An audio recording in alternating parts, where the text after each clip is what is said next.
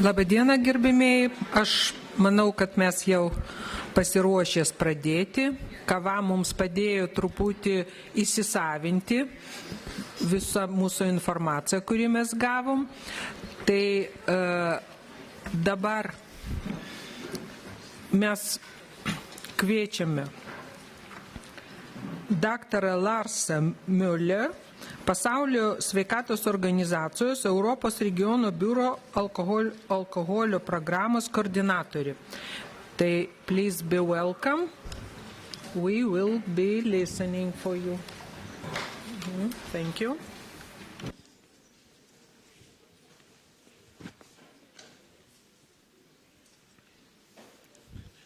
Thank you very much. Thank you very much also for inviting me here to this event. Ačiū už pakvietimą. Stovėsiu taip, nes turiu žiūrėti savo skaidrę. Ir iš karto atsiprašau, jeigu kartosiu informaciją, kuri jau buvo šiandien pasakyta. I'll start with this slide. In the Global Status Report on Alcohol and Health, which was published only a few months ago, Norėčiau pasidalinti informaciją, kurią mes atlikome po atlikto tyrimo.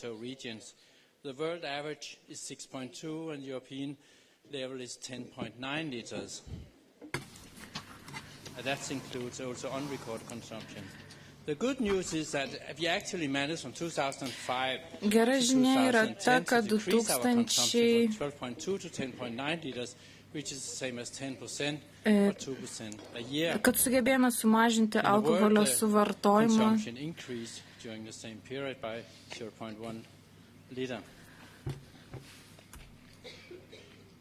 Jeigu pažvelgtume į Europos regioną, čia matytume skirtumų tarp šalių. Vidurio vakarų ir vakarų šalių grupėje būdingas aukštas alkoholio suvartojimas, tačiau jis pamažu sumažėjo. Vidurio rytų šalių grupėje, ten beje ir Lietuva yra, alkoholio suvartojimas per pastaruosius 3 metus padidėjo. Ir padidėjimo tendencijos matomas ir šiaurės šalių grupėje. Šiandien jau buvo nekartą minėta, kad Lietuvoje alkoholio suvartojimas yra didelis. Lietuva yra 3 vietoje po Baltarusijos ir Moldovos. Jeigu pažvelgtume ir iš pasaulio perspektyvos, vėlgi Lietuva ir vėl būtų 3 vietoje. Both men and women above 15 years. Čia matote gryno alkoholio suvartojimo litrais vienam asmeniui vyresniam negu 15 metų amžiaus.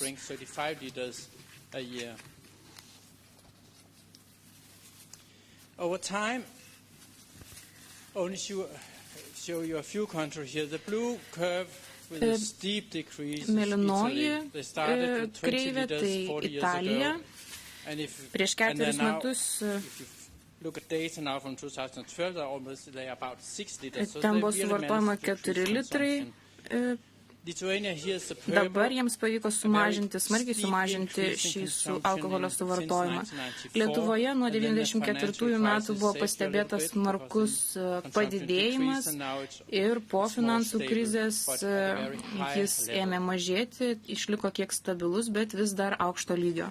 Iš daugelio tyrimų žinome, kad apie 20% gyventojų šalyje smarkiai vartoja alkoholį.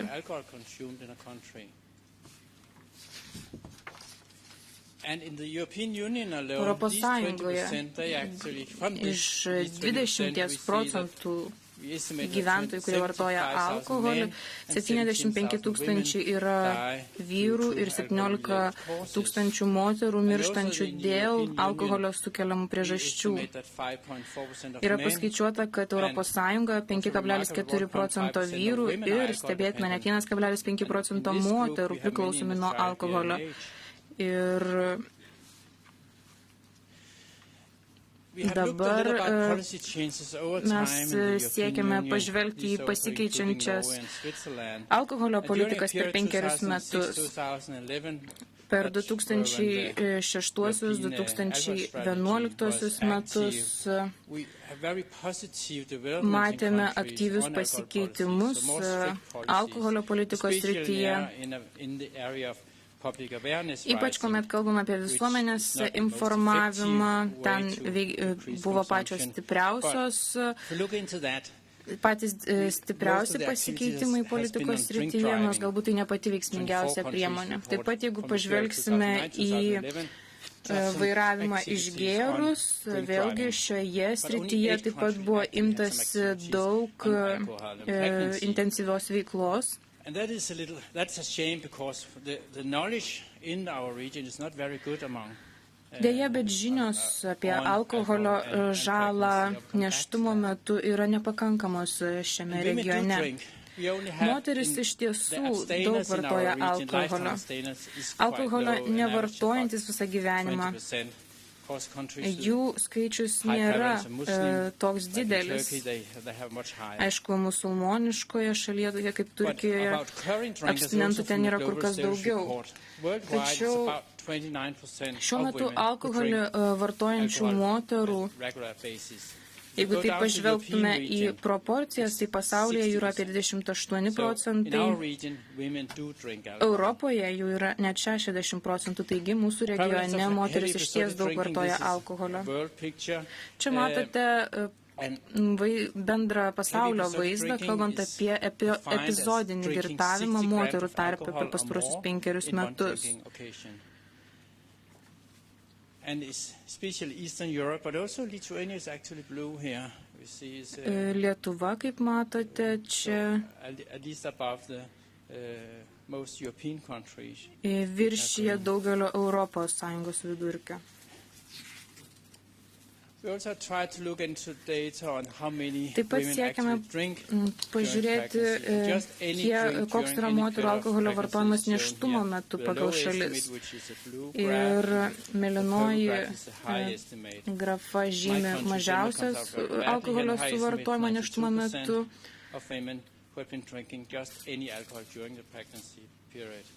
Ir mes jau girdėjome to priežastis, viena vertus, tai galbūt yra dėl to, jog jos dar nežino apie nėštumą, kai vartoja alkoholį. Tai viena pagrindinių priežasčių. Šiandien ne vienas kalbėtojas pasakoja apie vaisiaus alkoholio spektro sutrikimo paplitimą. Ko gero, nebus per daug, jeigu dar kartą pakartosime tą informaciją. Tai yra, kiek tokių vaisiaus alkoholio sutrikimų yra nustatoma. Ir kaip jau buvo minėta, informacija, kurią dabar turime, yra gan pasenusi ir nėra pakankamai patikima. 2010-aisiais pasaulyje buvo priimta pirmoji strategija, kalbanti apie alkoholio žalą ir kaip ją sumažinti.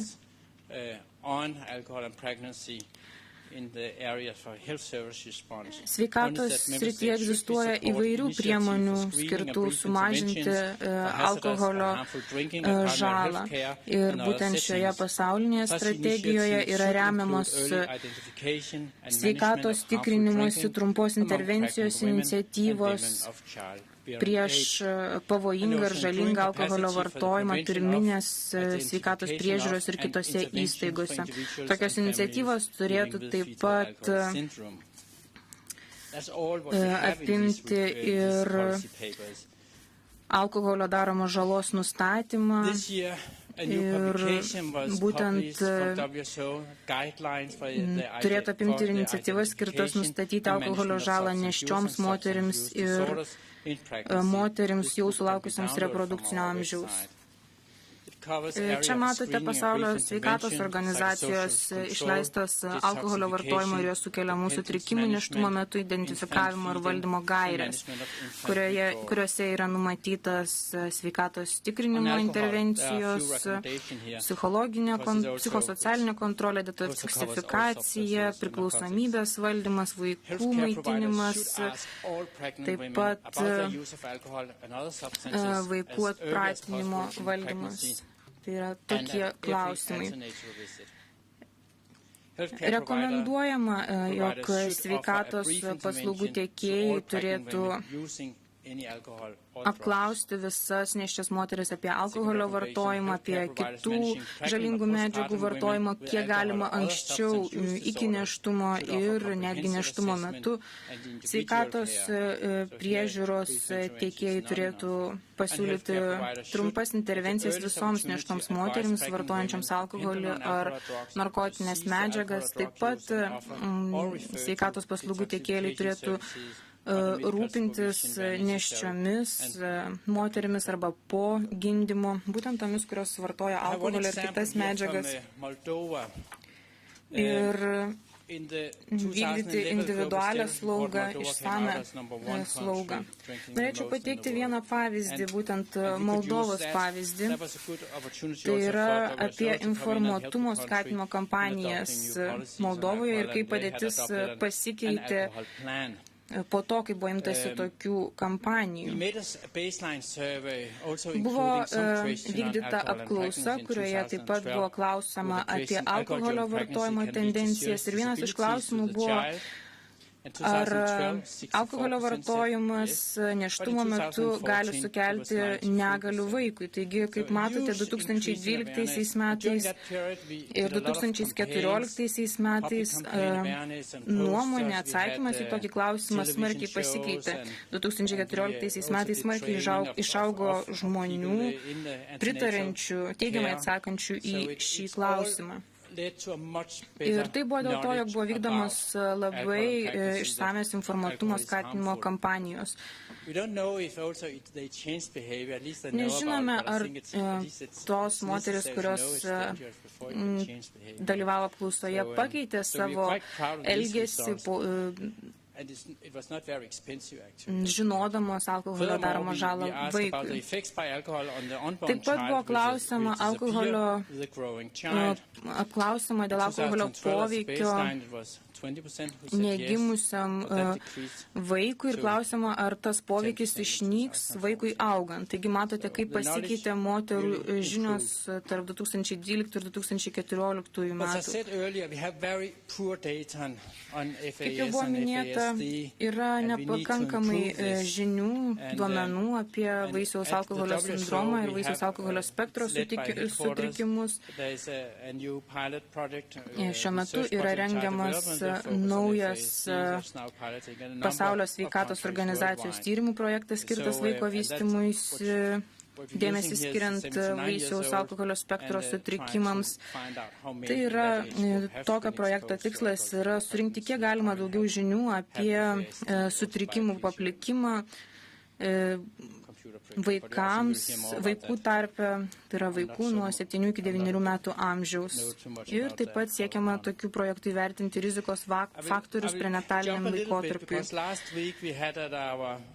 Praėjusią savaitę Kopenhagoje organizavome metinį komiteto susirinkimą. Ten dalyvavo atstovai iš sveikatos ministerijų. Toksai susitikimas kitais metais vyks Lietuvoje. Tai gan svarbus įvykis. Ir mes taip pat paprašėme, kad būtų parengta alkoholio ataskaita apie pažangą būtent alkoholio politikos srityje. Ten galima pastebėti ir teigiamos statistikos. Tai yra 51 mūsų šalis narė yra įvedusios alkoholio koncentracijos kraujyje limitą ir nustačiusios 0,5 promilės. tai yra leistina riba vairavimui. Taip pat 47 šalis narės turi teisinį alkoholio reklamos reguliavimą, 46 šalis narės naudoja įvairius alkotesterius, 43 valstybės narės turi 18 metų limitą, tai yra limitą, kai negalima prekiauti alkoholiu nelicencijuotose vietose, 38 turi rašytinės nacionalinės alkoholio politikas, 36 turi teisinį alkoholinių produktų prekybos vietų reguliavimą, 15 reikalauja kad alkoholio reklamoje būtų perspėjama apie žalą sveikatai. Prieš porą metų mes atlikome nedidelę apžvalgą ir tos apžvalgos išvados buvo tokios, jog reikia, jog ant alkoholio produktų pakuočių būtų informacija apie sudėtį, turėtų būti ir maistinė sudėties informacija apie tiekimo kiekį, apie kiekį vienoje talpoje. Taip pat informacija apie tą nuosaikų vartojimą ir taip pat sveikatos perspėjimus.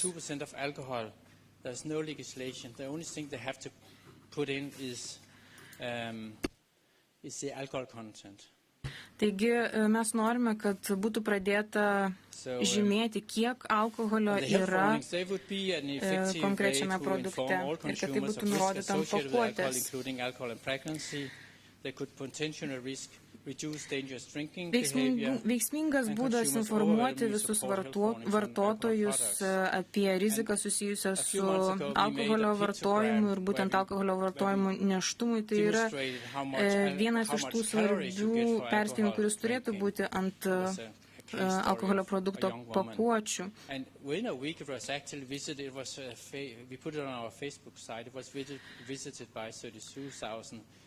Mes pradėjome skelbti informaciją būtent apie tokią alkoholio daromą žalą ir ją skelbėme taip pat ir mūsų Facebook puslapyje ir būtent tokios informacinės kampanijos susilaukė daug dėmesio. Po gero, tuo ir baigsiu. Ačiū. Mioleriui iš tiesų už labai informatyvų pranešimą.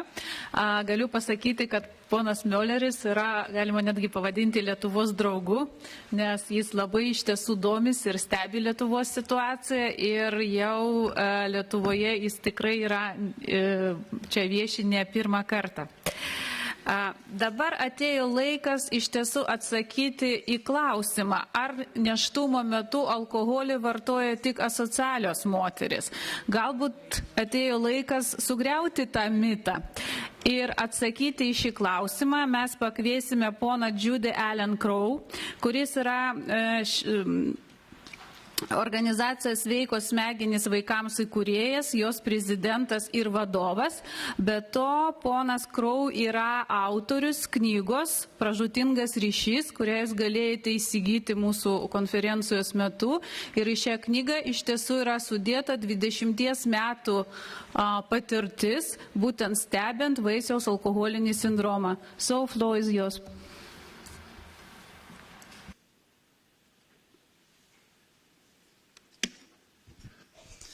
Thank you very much. I'm so delighted to be here. Labai ačiū. Iš tikrųjų, man labai malonu dalyvauti jūsų renginyje. Į šią problemą žvelgiu iš kitokios perspektyvos. Nesu gydytojas, nesu psichiatras ar psichologas. Esu švietimo atstovas. Švietimas kiekvieną vaiką, kuris eina į mokyklą, mato visos dienos laikotarpyje, ko negali matyti kitų profesijų atstovai. Pavyzdžiui, gydytojas ar psichiatras mato vaiką valandą ar panašiai vizito metu, o mokytojas mato vaiką visą dieną. Aš dirbau Minnesota ir kitose valstijose, įvairiose Amerikos mokyklose, kai kuriuose iš jų mokosi, mano nuomonė, apie net 80% žmonių, vaikų, kurie yra paveikti prenatalinio alkoholio vartojimo. Aš atlikau keletą tyrimų, norėdamas išsiaiškinti, kas vyksta su vaikais besimokančiais mano mokykloje ir kaip juos reikėtų mokyti, nes įpratinė programa jiems nėra visiškai tinkama, jie jos nesugeba įveikti. Ir savo karjeros laikotarpiu aš pastebėjau, kad aš dėl savo patirties matau tai, ko šiuose vaikuose nemato kiti žmonės. Šiek tiek apie tai pakalbėsiu vėliau. Stoviu prieš jūs ir noriu pasakyti štai, kad kiekvienas nešios moters rankoje laikomas gėrimas turi potencialą atimti potencialą iš negimusio vaiko. Kartais mano pažįstami sakydavo, na, mano mama gėrė, bet man viskas gerai. Tačiau kiek potencialo buvo prarasta? To mes nežinome, jeigu jūs jaučiatės gerai. Aš pasakysiu jums, kaip aš žvelgiu į prenatalinį alkoholio vartojimą. Visi šioje salėje turbūt atitinka kažkurią šio proceso stadiją. Tiek Lietuvoje, tiek Amerikoje žmonės atitinka kažkurią stadiją.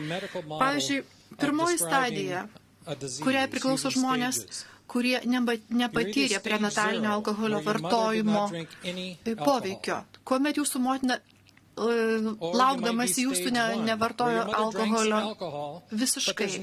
Arba pirmoji stadija, kai mama vartojo šiek tiek alkoholio nėštumo laikotarpiu ir dėl ko galėjo šiek tiek sutrikti, sumažėti jūsų potencialas, kuris nėra pastebimas. Ir jūs jaučiatės visiškai gerai, kadangi to potencialo praradimo jūs tiesiog nepastebite, niekas to nepastebi. Ar galbūt jūs priklausote antrajai stadijai, kai mokytojas pastebi tai kažkokius sutrikimus, kuomet jūs galbūt sunkiai pradedate skaityti, orientuoti žemėlapyje. Grade 1, plateauing with rote reading and not being able to comprehend. By third grade, trying to comprehend the reading and not moving on. By fifth grade, struggling with math and the abstract thinking. Ketvirtoje klasėje jūs dar negalite abstrakčiai mąstyti, negalite įveikti paprastų matematikos uždavinukų. Tačiau šiaip jūs jaučiatės gerai. Mano žmona yra saugusi moteris, kuri priklauso būtent antrai stadijai. Ir su ja viskas tvarkoje, kadangi išmoko, kaip išgyventi, kaip prisitaikyti, turint kažkokių prenatalinio alkoholio vartojimo sutrikimų, kas yra įmanoma. Arba trečioji stadija, kai prenatalinis alkoholio vartojimas sukelia tam tikrus mokymosi sunkumus, arba socialinį elgesį, dėl ko jums kyla sunkumų bendrauti su kitais mokykloje, socialinėje aplinkoje. Kai jums nelabai sekasi mokytis, turite elgesio sutrikimų, kai jūs keičiate, bandote keisti mokyklą, paliekate mokyklas, patenkate į nusikalstamos veiklos voratinklį ir nelabai lengvai prisitaikote aplinkoje, tačiau jūs atrodote visiškai panašiai kaip ir bet koks vaikas ar bet koks suaugęs asmuo. Toliau ketvirtoji stadija, kai prenatalinis alkoholio vartojimas sukelia didesnius sutrikimus, kurie jau yra pastebimi pažeidimai veido kūno organų srityse. Štai pavyzdžiui, jeigu pasižiūrėsime į šias nuotraukas, kai kurie iš vaikučių atrodo labai mieli. Ar jie turi kažkokių tai vaisiaus alkoholio sindromų? Ne. Jūs sakysite, jie normalūs vaikai, lanko mokyklą, juokiasi, žaidžia kaip ir bendraamžiai. Atrodo kaip ir visiškai sveiki, nepaveikti vaikai.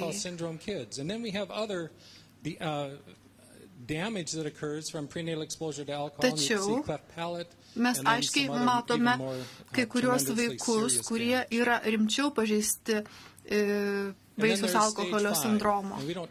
Tai matosi jų veiduose. 5 stadija. Kai aš kalbu Kanadoje, ateina socialiniai darbuotojai ir sako, na, apie šią stadiją mes niekada nekalbame, nes tai iš tikrųjų labai dažnai atsitinka. Tai yra susijęs su mirtimi. Būtent dėl prenatalinio alkoholio vartojimo. Tai yra ir persileidimai.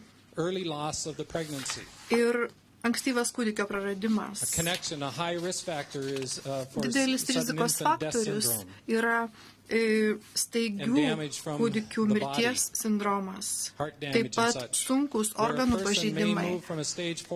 Kai žmogui sukanka 10, 12, 14, 20, 40 metų, jisai gali iš 4 stadijos patekti į 5, būtent dėl to, kad prenatalinėme laikotarpyje buvo vartojamas alkoholis. Vaikelis kairėje pusėje yra didesnis, tai mergaitė, kuri išgyveno 18 mėnesių. Jai buvo atlikta 11 širdies operacijų per 18 mėnesių. Jūs galite atidžiau pažvelgę pamatyti randą, o po to ji mirė, ji pasiekė 5 stadiją. Kitas vaikiukas vis dar gyvas ir iki šiol jos priežiūrai buvo išleista apie $1 milijoną. Per mėnesį išleidžiama apie 10 000, kad ji gyventų. Kaip švietėjas, aš mačiau tuos vaikus, kaip jie ateina į mano mokyklą, kaip visą tai vyksta ir pagalvojau, norėčiau sužinoti, kaip tai yra paplitę. Ir dėl to aš nuvykau į vieną gentinę mokyklą ir paklausiau, ar galima atlikti tyrimą su viena jūsų šeima.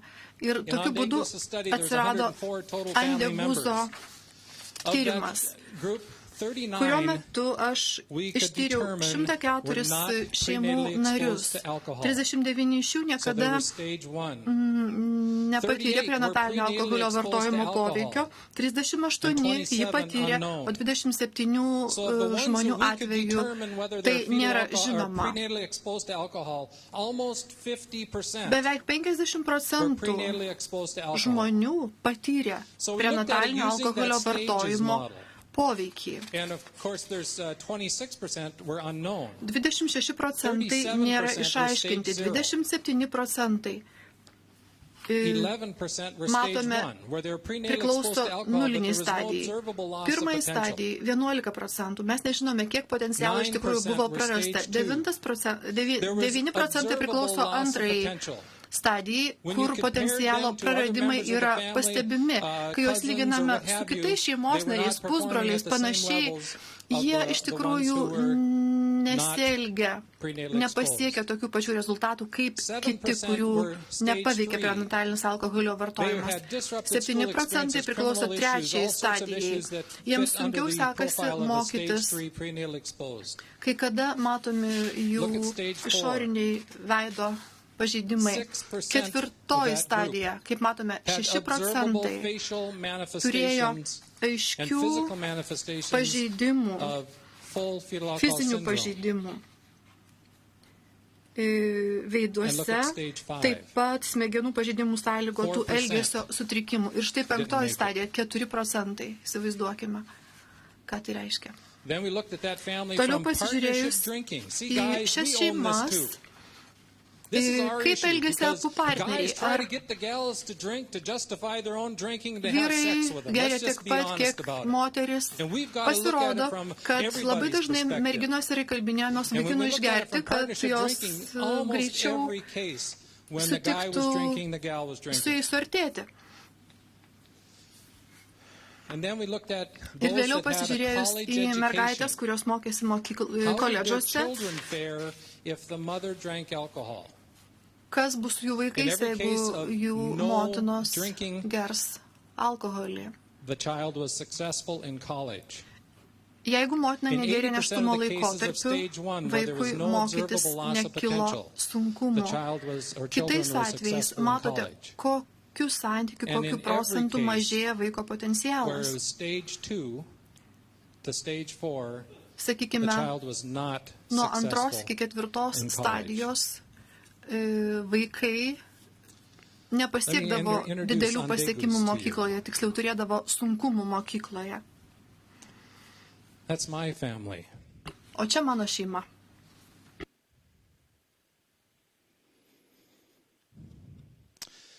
That's my German, Norwegian Tai mano relatives. vokiečių, norvegų giminaičiai gyvenantys Šiaurės Dakotoje. Tai mano airių giminaičiai gyvenantys Minnesotoje. Tai yra jūsų šeimos. Tai yra visų žmonių šeimos. Ir mes visą laiką žvelgiame valstijose ir sakome, jie gyvena Australijoje, rezervate. Yra tam tikros išimtys, žinoma.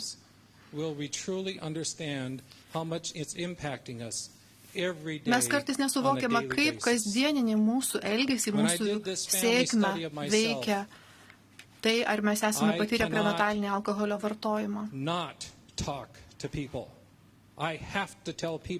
Aš tiesiog suvokiu, kad aš privalau pasakyti žmonėms tai, ką žinau, ir dėl to štai stoviu šiandieną čia priešais jūs. Mano profesinė nuomonė, ne kiekvienas vaikas, paauglys suaugęs, kurio motina iki gimdymo vartojo alkoholį, yra linkęs smurtauti. Bet mano nuomonė, dauguma vaikų, paauglių ir suaugusiųjų, kurie iki gimimo buvo paveikti alkoholio, yra linkę smurtuoti. Mes stebime elgesį, kurį nulėmė smegenų pažeidimai, kadangi šitie žmonės sunkiai kontroliuoja savo impulsus, savo elgesį. Testosterono kiekis jų organizmuose nėra toks, koks jų bendramžių. Dirbdamas mokykloje aš mačiau smurtą tarp vaikų. Galiausiai pasirodė ginklai mokyklos ir aš galvoju, kasgi čia vyksta. Ir galiausiai viskas paaiškėjo. Aš pradėjau dirbti prie kai kurių tyrimų. Iš tikrųjų, esu labai smalsus žmogus ir noriu žinoti, kas vyksta mūsų bendruomenėse. Aš apsilankiau Crow Wing apskrities kalėjime. Tai yra labai graži vieta. Miškai, ežerai. Ir iš tikrųjų bendruomenė visiškai nežinojo, kas vyksta. Aš apsilankiau ten įsikūrusiame kalėjime ir apklausiau ten kalinčius asmenis, ar jūsų motina, tėvas vartojo alkoholį. Aišku, uždaviau ir kitų klausimų. 94% žmonių man atsakė, kad jų motinos vartojo alkoholį. Aš asmeniškai apklausiau 5 iš jų, kurie man papasakojo, kad jų motinos gėrė nemažą alkoholį, suvartodavo nemažą alkoholio kiekį, taip pat ir nėštumo metu. Ir šitie žmonės iš tikrųjų patekę į kalėjimą visiškai atitiko prenatalinio alkoholio vartojimo paveiktų asmenų profilį.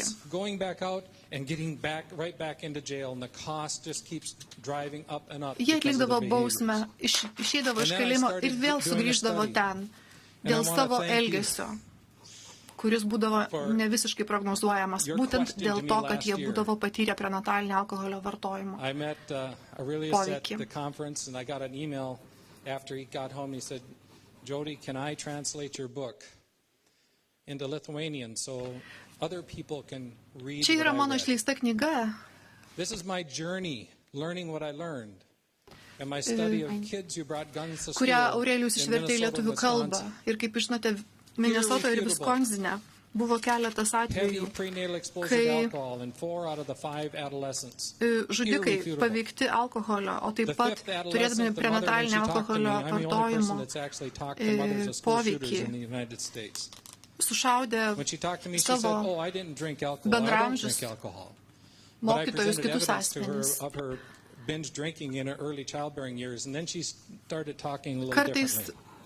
šitų žmonių motinos siekia įrodyti, kad jos nevartojo alkoholio, besilaukdamos kūdikio. Kartais jos būna tai užmiršę, kartais tiesiog nenori prisipažinti, kartais jos tiesiog išgirdinėja ir mato tai kaip pramogą.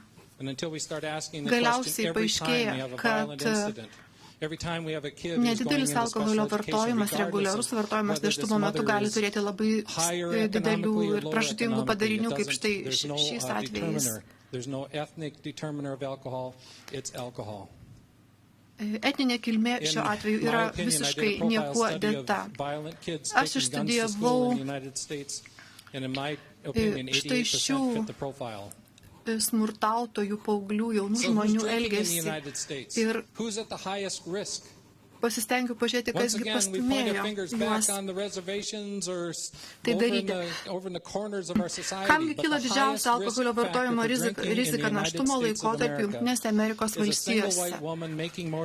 Pirmiausia, tai yra vienišos moterys dirbančios miestuose, kurios iš tikrųjų geria nedidelius alkoholio kiekius, kurios tiesiog kartą, du per savaitę susitinka su kolegomis, kažkokioje vyninėje išgeria taurę vyno arba tai padaro namuose. Ir vadinasi, nedidelius alkoholio kiekius jos organizmas gauna viso nėštumo laikotarpio metu. Toliau, sakykime, moteris, kurios pajamos yra nedidelės, kur aplinkui daugiausia dirba vyrai, jis tengiasi neatsilikti nuo jų. Jos gėrimas skiriasi nuo štai pirmosios moters, kadangi ji neturi didelių pajamų ir išgirdinėja tada, kada turi tam pinigų, laiks nuo laiko nėštumo laikotarpio. Toliau mes turime paauglių kategoriją, kurios negyvena kartu su savo tėvais. Ir gauna patarimus iš kitų paauglių, draugių ir tokiu būdu jos negali gauti teisingos informacijos iš mokyklų, kadangi mokyklose yra vykdoma nemažai veiklos siekiant sustiprinti prenatalinio alkoholio vartojimo prevenciją. Jungtinėse Amerikos valstijose mes turime 18% žmonių, kurios pirmajame nėštumo trimestre vartojo alkoholį per paskutinį mėnesį. Mes negalime garantuoti, kad tai yra labai tiksli statistika. Tačiau vis tik manau, kad jie daug ką pasako. 6,6% moterų per pirmąjį nėštumo semestrą kartais išgirdinėdavo su draugais ir 55% moterų, kurios priklauso vaisingam amžiui, kurios yra vaisingo amžiaus, per paskutinį mėnesį gėrė alkoholį. Neplanuoti nėštumai yra labiausiai paplitę tarp moterų iki 30 metų amžiaus. Ir ypač jie yra paplitę tarp amžiaus grupėje, tarp 20-23 netekėjusių moterų, kurie sudaro 73%. Tiesiog norėjau parodyti štai tokią parabolę. Kiek laiko aš dar turiu? Dar turiu 5 minutės? Gerai. Štai yra kaimelis prie upės. Ir upė žmonėms reiškia viską. Tai buvo maistas, tai buvo transportavimas. Iki to laiko, kol žmonės pamatė upės srovės nešamą kūdikį. Žmonės išgriebė kūdikį. Tada pradėjo plaukti kiti kūdikiai. Kai kuriuos žmonės išgelbėjo, kai kurių ne. Ir tuo metu vienas iš kaimiečių stovėjo ir šaukė: ateikite, padėkite mums. Ir tas išmintingas žmogus, kuris neskubėjo išgriebti kūdikių, nubėgo pasižiūrėti, iš kurgi tie kūdikiai, kas jūs meta į upę. Ir aš manau, kad dauguma iš mūsų turėtume būti kaip tie išmintingi kaimiečiai, kad pirmiausia išsiaiškintume priežastį, kad keltume sąmoningumą, kadangi mūsų visuomenėms, kaip mes girdėjome, ši problema kainuoja nežmoniškai didelius pinigus. Ir manau, kad jūsų šalyje taip pat būtina eiti prieš srovę ir sustabdyti tuos, kurie meta kūdikius į upę.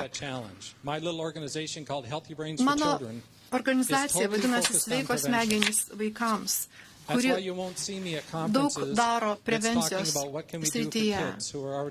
Mes nuolat galvojame, ką galime padaryti dėl tų vaikų. Ką mes stengiamės daryti, tai ieškome inovatyvių būdų.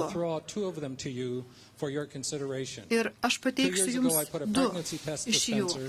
Prieš keletą metų aš nusprendžiau įrengti nėštumo testus išduodančius automatus alkoholiu prekiaujančiose kavinėse su užrašais. Ką jūs darote? Pagalvokite apie savo kūdikį.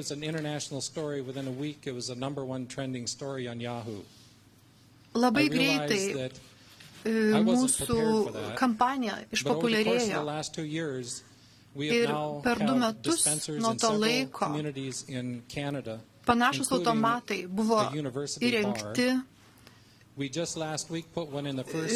nemažoje dalyje barų universiteto miestelių Kanadoje, kad studentės galėtų jais naudoti ir kad tokiu būdu būtų didinamas jų sąmoningumas. Aliaskoje mes inicijavome kampaniją siekdami visiškai išnaikinti vaisiaus alkoholio spektro sutrikimus.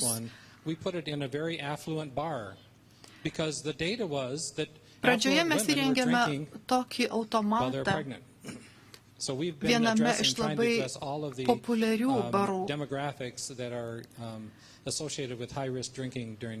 kuriame daugiausia rinkosi didelės rizikos grupė priklausančios moteris ir merginos. Kad prieš geriant moteris galėtų įsitikinti, ar jos nesilaukia. Manau, kad galėčiau pasiūlyti šią priemonę ir jums. Hey, who's our designated driver and did all the gals take a pregnancy test? Let's say, who's our DD and did all the gals PT? Do something like that. Because if we can move the knowledge of pregnancy as early as possible, kadangi mums nepaprastai svarbu, kad moteris ir merginos kaip galima anksčiau sužinotų apie savo nėštumą. Ir paskutinis dalykas, ką noriu jums parodyti, papasakoti. Prieš 6 metus aš pradėjau pirmą tokią kampaniją. Ir tai yra alkotesterių naudojimas paauglėms mergaitėms. Aš žinau, aš dirbau vienoje mokykloje, kur turėjau mergaitės, moksleivės, 14 metės, kurios ruošiasi gimdyti jau po 2 vaiką. Mes pradėjome dirbti su viena iš tų mergaičių, po keleto savaičių prijungėme ir 2 mergaitę, kandidatę, po mėnesio dar vieną mergaitę. Jų nėštumo laikotarpis pasibaigė, jos jau dabar nebėra mūsų programos dalyvės. She's on her 3rd, early in her pregnancy. She got picked up with a driving under the influence, and the county. Taip pat mūsų bendruomenėje mes taip pat įtraukėme į programą 29 metų moterį, kuri turi 2 vaikus, laukėsi 3, kurią taip pat bendruomenė taip pat nusprendė įtraukti šią programą, panaudojant alkotesterį. Taigi, manau, kad yra daug idėjų. Dėkoju visiems, kurie įsigijo knygą. Jūs visą laiką galite susisiekti su manimi, gauti jums įdomią informaciją apie mūsų organizacijos veiklą. Iš tikrųjų, dėkoju už galimybę pasisakyti šiame renginyje. Ačiū uždėmesi. Dėkojame ponui Krau už išties susimastyti, verčianti pranešimą. Ir čia sėdėdama aš dar kartą radau tokį patvirtinimą, tiesiog, kad problematika šios konferencijos, vaisiaus alkoholio sindromas, čia nėra ta problema, kuri labai nuo mūsų visų nutolusi. Tai yra va čia, yra šalia, vyksta nuolat, galiu pasakyti, ir kol atsižvelgiant būtent į Lietuvos situaciją, atsižvelgiant į mūsų moterų, o ypač mergaičių alkoholio vartojimo ypatumus ir lygį, tai čia iš tiesų iššūkis valstybei, iššūkis ir mūsų gerbiamiems politikams ir reikės priimti tam tikrus sprendimus, kad tokioms žalingoms pasiekmėms užkirsti kelią. Ir kokiosgi tos žalingos pasiekmės, koksgi tas poveikis alkoholio veidui, smegenims ir elgesiui, kada nėštumo metu moteris vartoja alkoholį. Į šitą klausimą mums padės atsakyti daktaras Edward Riley, Nacionalinio piktnaudžiavimo alkoholio ir alkoholizmo instituto vaisiaus alkoholinių sutrikimų spektro iniciatyvos vadovas, taip pat Tarptautinės biomedicinos ir alkoholizmo mokslų draugijos prezidentas. Prašom.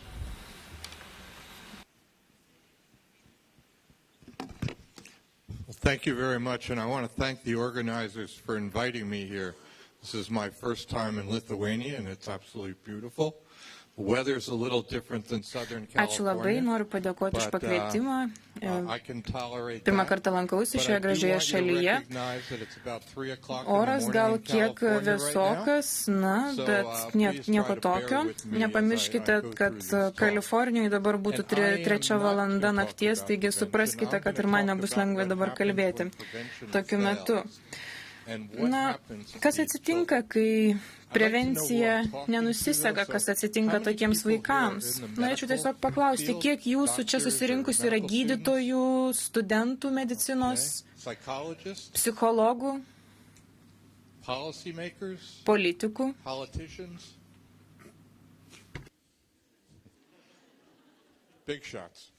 Aha.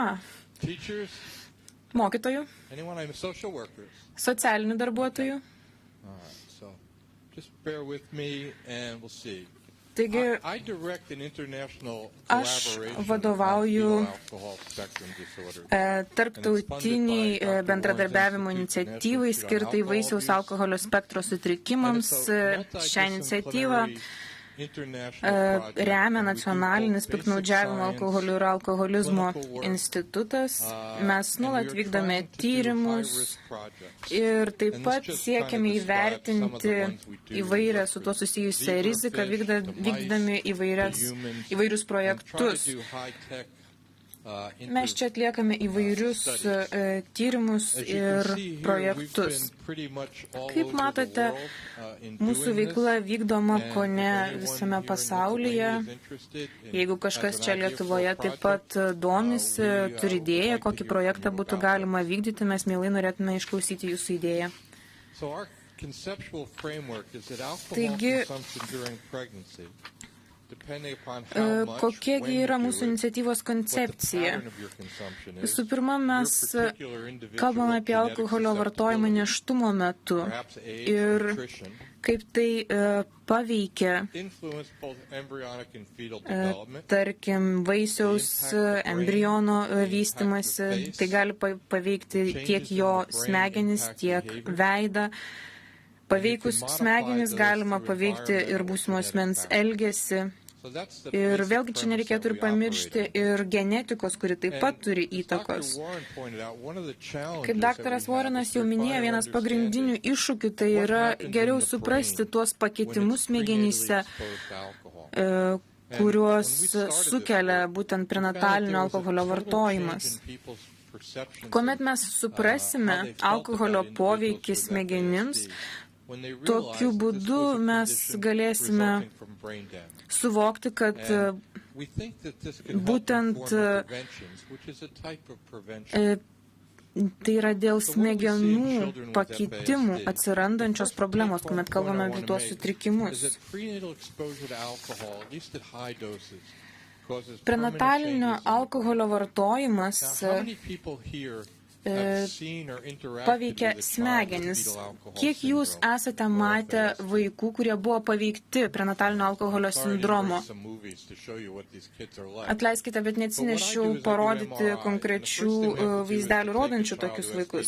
Na, bet kad nustatytume tokį sindromą, mes visų pirma naudojame MRT tyrimą. Na, tai ne pats lengviausias tyrimas, tačiau atlikę tokį tyrimą mes nustatome, kad kai kurios smegenys yra labiau paveikios alkoholio nei kitos. Ir tokių vaikų smegenyse matyti įvairių pakitimų. Na, jie ne visuomet, nedažnai pasitaiko, tačiau jų yra. Čia matote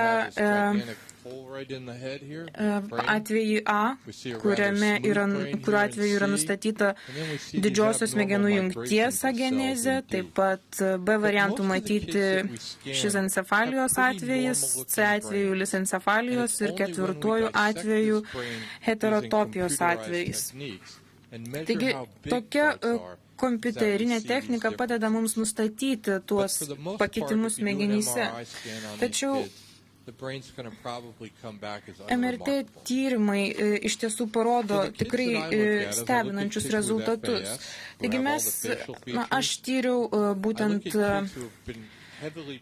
vaisiaus alkoholio sindromo turinčius vaikus, jų smegenys, tai yra vaikai, kurie buvo labiausiai paveikti prenatalinio alkoholio vartojimo poveikio.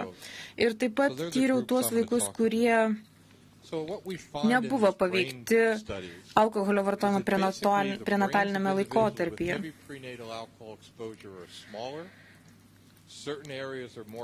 Taigi, vartojant alkoholį prenataliniu laikotarpiu yra paveikiama viena ar kita smegenų dalis.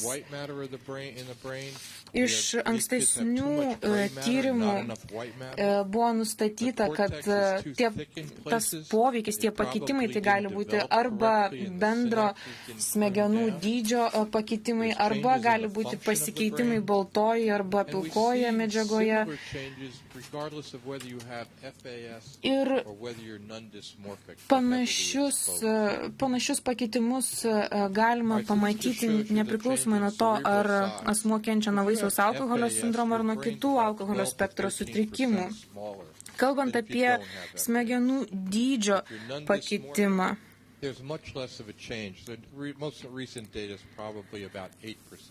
naujausi duomenys rodo, jog vaisiaus alkoholio spektro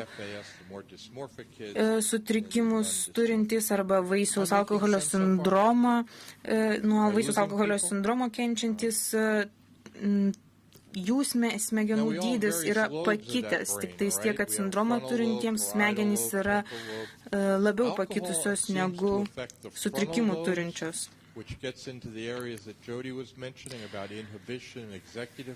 Taip pat yra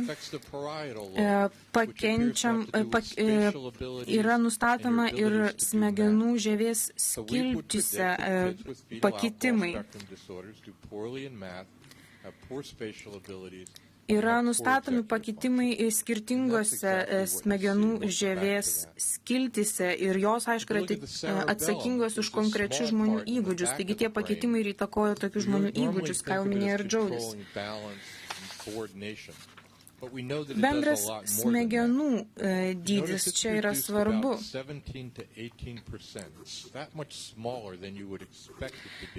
Dėl alkoholio poveikio asmenys turintis vaisiaus alkoholio sindromą yra nustatyta, jog jiems nuo 17 iki 18% yra sumažėjusios smegenėlės, o tai reiškia, jog tai pakenkia asmenų judėjimo gebėjimams. Kitas pakitimas pastebimas hipokampe, tai yra taip pat yra matomi pakitimai ir kalbant apie bazinius mazgus smegenyse.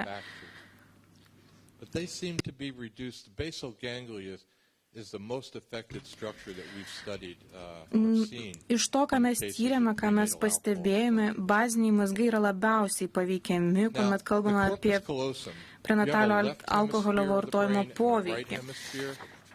Dabar didžioji smegenų jungtis, tai yra kairysis ir dešinysis smegenų pusrutulis yra jungiamas didžiosios smegenų jungties.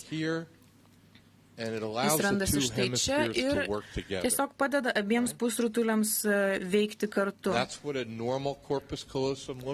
Taip atrodo įprasta didžioji smegenų jungtis, o čia kaip atrodo dviejų vaikų kenčiančių nuo vaisiaus alkoholio sindromo smegenų jungtis. Matote, kad šitam vaikui jos kone nematyti. Čia 9-metės mergaitės smegenų didžioji jungtis, pas ją kone išvis nėra jos. Čia kitoje nuotraukoje matote tiesiog kiaurymę, kuri yra vos ne mano kumščio dydžio. Didžioji smegenų jungtis, ji yra labai jautri alkoholio poveikiai. Ir jeigu ji yra paveikiama, koordinacija tarp vieno ir kito pusrutulio sutriks. Taigi, kitaip sakant, kairysis ir dešinysis smegenų pusrutulis tiesiog negalės susišnekėti ir tai kelia tam tikrų problemų, apie kurias aš tuoj pakalbėsiu. Dauguma vaikų kenčiančių nuo vaisiaus alkoholio spektro sutrikimo turi didžiąją smegenų jungtį ir raudona spalva žymi būtent įprastą smegenų jungtį, žalioji žymi didžiąją jungtį, kuri yra vaikams su vaisiaus alkoholio sindromu ir mėlynoji žymi būtent didžiąją jungtį tiems, kurie turi vaisiaus alkoholio spektro sutrikimų. Taigi matote, kurios sritys yra labiausiai paveikiamos ir iš to galima iš karto nustatyti, kaip keisis atitinkamai tų vaikų ir elgesys. Dabar baltoji ir pilkoji medžiaga. Baltoji medžiaga tai iš esmės yra mielinas, kuris dengia nervo ląstelę ir jis tiesiog padeda greičiau perduoti informaciją per nervą. Tai yra, jeigu norima perduoti informaciją iš vienos smegenų srities į kitą, tiesiog tam yra reikalingas tas mielino dangalas, kuris padeda paspartinti informacijos teikimą. Taigi, kas atsitinka su smegenimis, kuomet jos yra paveiktos alkoholio? Čia matote, kaip turėtų atrodyti didžioji smegenų jungtis ir kaip atrodo alkoholio spektro sutrikimų turinčio vaiko smegenys. O kaipgi tai įtakoja jų kognityvinius sugebėjimus, akivaizdu, jog tikrai neigiamai. Mes patyrinėjome įvairius baltosios medžiagos funkcionavimą ir smegenyse atsiranda įvairūs baltosios medžiagos trūkumai, neaišku, kokios yra to priežastis.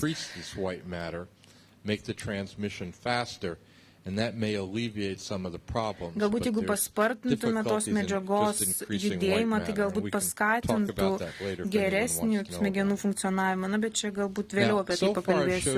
Taigi, kol kas jums parodžiau tai, jog kai kurios smegenų dalys gali išsivystyti mažesnės. Tai nebūtinai reiškia, jog tai labai įtakos asmens sumanumą, mąstymą. Taigi mes taip pat atliekame ir funkcinio magnetinio rezonanso tyrimus. Ir tai tiesiog iliustruoja, kaip veikia smegenys. Mes tyrėme, kiek deguonies patenka per kraujį ir taip pat tyrėme, tarkim, kuomet atmerkta yra žmogaus akis, tuomet daugiau deguonies patenka į smegenis, kuomet užmerkta, atvirkščiai mažiau patenka deguonies į smegenis. Tai yra svarbu, kuomet žmogus turi atlikti tam tikrą užduotį. Ir čia matome, kaip yra koordinuojamas kairysis ir dešinysis smegenų pusrutulis. Mėlynoji spalva žymi, kaip veikia kairysis, kita spalva kaip dešinysis. Ir matote, kaip jie puikiai koordinuoja savo veiklą ir kitoje pusėje matote, kaip koreliuoja du pusrutuliai asmenį, kuris turi vaisiaus alkoholio spektro sutrikimų. Ir kadangi matote, čia yra kur kas didesnis atitrūkimas tarp kairio ir dešinio pusrutulio, tai atitinkamai reiškia įtakos ir vaiko gebėjimą vykdyti konkrečias užduotis.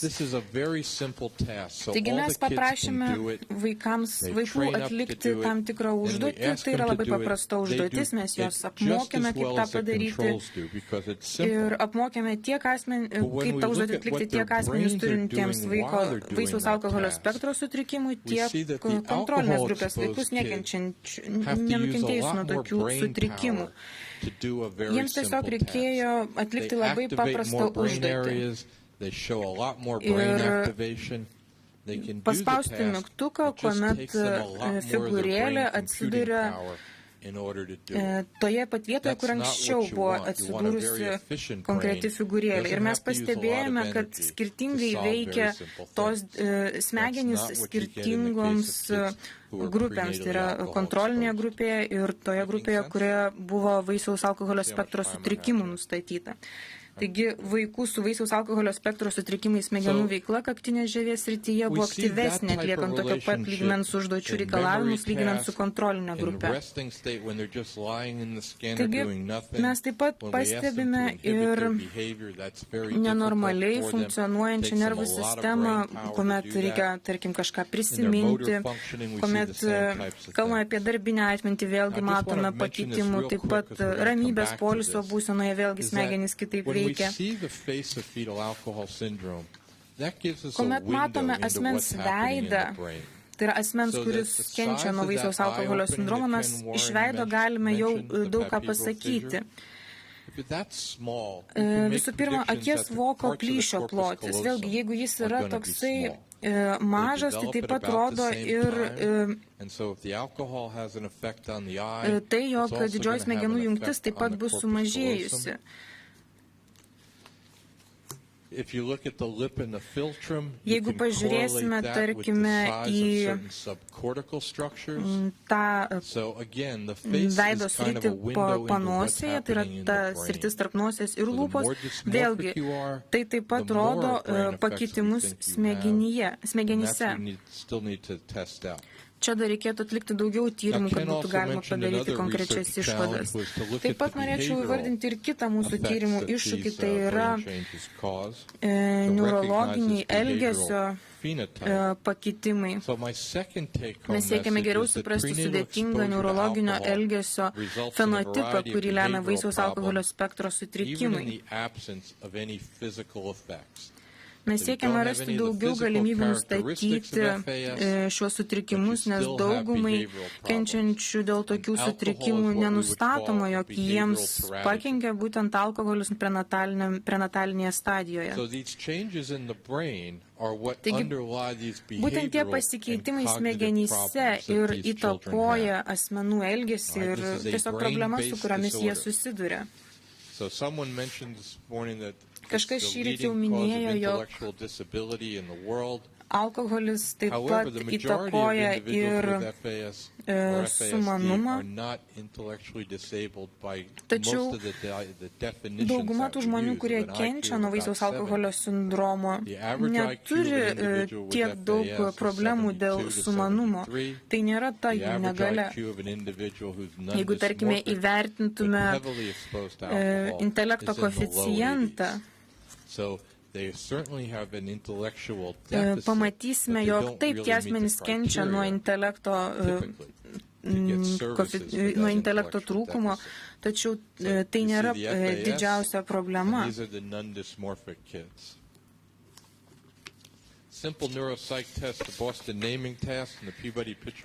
Atlikome Bostono daiktų įvardymo testą ir išmokstamo žodyno testą.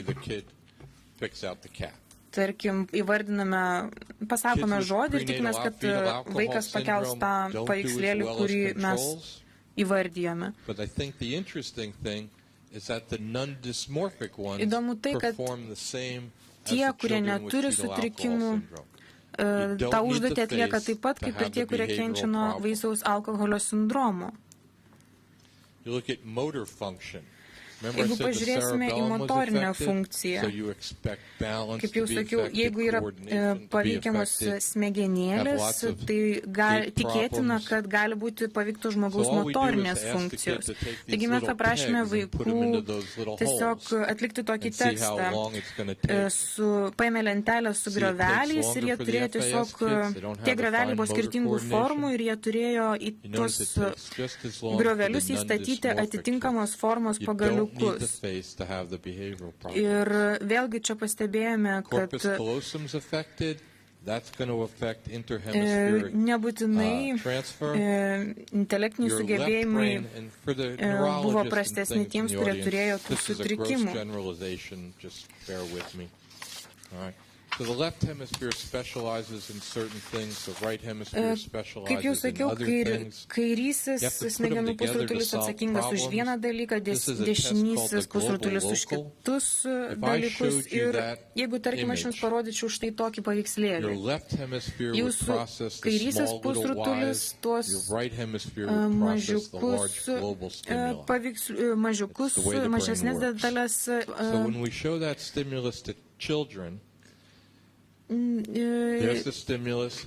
apdorotų tuo tarpu, kai dešinysis pusrutulis bendrą vaizdą apdorotų. O štai taip jie, kurie turi sutrikimų, apdorotų šitą vaizdą. Kadangi jų informacijos perdavimo iš vieno pusrutulio į kitą pusrutulį funkcija yra sutrikusi, jie kiek kitaip suvokia tokį paveikslėlį. Alkoholis taip pat gali įtakoti ir valdymo vykdomąją funkciją. Taigi, čia yra rezultatai iš taip vadinamo Kalifornijos bokšto testo. Tiesiog yra pradinė pozicija viršuje ir užduotis buvo perkelti kaladėlės taip, kad galutinis rezultatas būtų antroje apatinėje paveikslėlyje matomoje pusėje. Buvo pastebėta, kad vaikai buvo linkę pažeidinėti taisyklės tam, kad įvykdytų tokią užduotį. Na, nežinome kodėl, tačiau tai yra įdomus pastebėjimas. Taigi jiems buvo sunku organizuoti. Taigi vienas iš tokių pažeidimo poveikių. Toliau dėmesio sutrikimas. Vėlgi mes atlikome čia užduotį. Tai yra, jie turėjo tiesiog paspausti mygtuką, kuomet mato tą žvaigždę. Tie, kurie buvo prenatalinio alkoholio turėjo prenatalinio alkoholio vartojimo poveikį jiems buvo sunkumų daugiau atlikti šią užduotį negu kontroliniai grupiai. Mes taip pat nustatėme, kiek asmenys buvo aktyvus atlikdami šią užduotį, tai yra įvertindami jų galvos judesius. Taigi tie, kurie buvo paveikti prenatalinio alkoholio vartojimo, jie aktyviau judėjo, aktyviau judino galvą. Socialinė funkcija yra ypač įtakota šiems vaikams.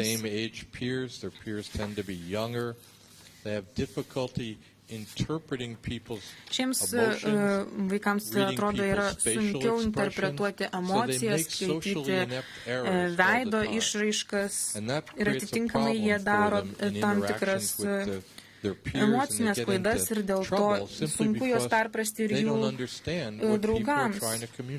Jiems paprasčiausiai yra sunku suvokti, ką bando iškomunikuoti draugai.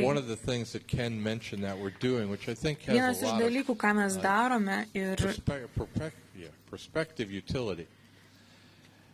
Tai yra siekiama pagerinti diagnostikos galimybės. Tiesiog siekiame nustatyti visus sutrikimus susijusius su vaisiaus alkoholio spektro sutrikimais. Nėra daug apmokytų specialistų, kurie sugebėtų nustatyti vaisiaus alkoholio sindromą. Taigi mums reikia ieškoti būdų, kaip apmokyti gydytojus, diagnozuoti šį sindromą ir kaip padaryti, kad jiems atlikti tokias diagnozes būtų patogu. Tačiau nepamirškime, jog yra dvi kenčiančių grupės. Tai yra asmenys turintys vaisiaus alkoholio sindromą ir asmenys, kurie kenčia nuo vaisiaus alkoholio spektro sutrikimų. Taigi mes pradėjome mąstyti apie veido nuotraukų darymą 3D formatu ir tai padėtų mums nustatyti turimus sutrikimus. Mes manome, kad tai būtų naudinga priemonė. Čia matote, kaip yra tiesiog palyginamas vaisiaus alkoholio sindromą turinčio veido su kontrolinės grupės asmens veidu. That's what the control looks like, all right? So I think it's easier to see in a three-dimensional Matote, kaip keičiasi veido bruožai, kuomet pereinama nuo vaisiaus alkoholio sindromo turinčio prie kontrolinės grupės asmens veido. Kaip matote, sindromą turintiems keičiasi smakras, jis labiau būna, jis būna mažiau išsišokęs į priekį, keičiasi taip pat ir akių forma, taip pat sindromą turintiems būdingas neryški panosios duobė. Taigi, kompiuteris čia mums galėtų sudaryti taip pat dar ir taip vadinamą tokį pagal šilumos šaltinius veide padaryti ir atitinkamą nuotrauką. Čia matote nuotrauką, kaip atrodytų nuo sindromo kenčiančio asmens veidas. Kaip jau minėjau, tokiems asmenims būdingas plokštesnis veidas. Ir štai tie pagal šilumos šaltinius padarytos veido nuotraukos galėtų padėti sudaryti tarsi tokias apibendrintas nuotraukas ir sugrupuoti, tarkim, kaip galėtų atrodyti veidas tų, kurie kenčia nuo vaisiaus alkoholio sindromo, tų, kurie kenčia nuo vaisiaus alkoholio spektro sutrikimų ir kaip atrodytų įprasti veidai, asmenų, kurie nekenčia nuo vieno ar kito sutrikimo. Jeigu mes matematiškai juos sudėliotume, sujungtume vieną su kitu, pastebėtume, kad dalinį arba visišką vaisiaus alkoholio sindromą turintys tarsi uždengtų vienas kitą. Žaliai pažymėti tai yra tie asmenys, kurie smarkiai nukentėjo nuo prenatalinio alkoholio vartojimo poveikio, tačiau neturi vaisiaus alkoholio sindromo.